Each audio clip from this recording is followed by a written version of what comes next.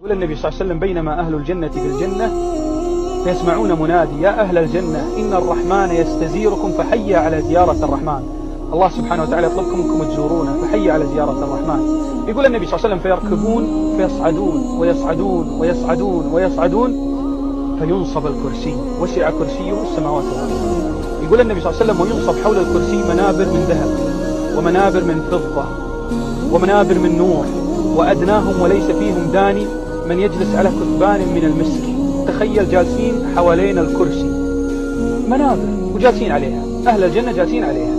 يقول النبي: فبينما هم كذلك فإذا بنور أقبل عليهم من فوقهم. نور الله تبارك وتعالى. الله أكبر. شوف اللحظة شلون عجيبة وجميلة جدا. بعدين شو يصير؟ يقول عليه الصلاة والسلام: فإذا بنور أقبل عليهم من فوقهم فيسمعون: يا أهل الجنة سلام عليكم. من اللي يقول؟ الله سبحانه وتعالى يقول لأهل الجنة: سلام عليكم. أنت متخيل اللحظة اللي تسمع فيها صوت الله سبحانه وتعالى وهو يقول لك سلام عليكم؟ يقول النبي صلى الله عليه وسلم: فيقول أهل الجنة: اللهم أنت السلام ومنك السلام، تباركت يا ذا الجلال والإكرام. فيقول الله عز وجل: يا أهل الجنة هل رضيتم؟ فيقولون: يا رب وكيف لا نرضى وقد بيضت وجوهنا وأدخلتنا الجنة وأبعدتنا عن النار.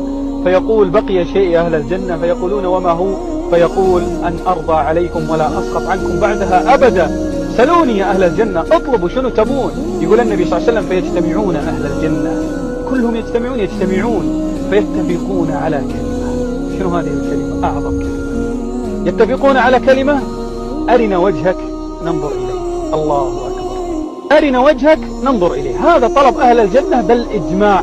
يقول النبي صلى الله عليه وسلم: فتكشف الحجب فينظرون إلى الله فما أعطوا لذة منذ خلقوا أحب من النظر إلى وجه الله تبارك وتعالى.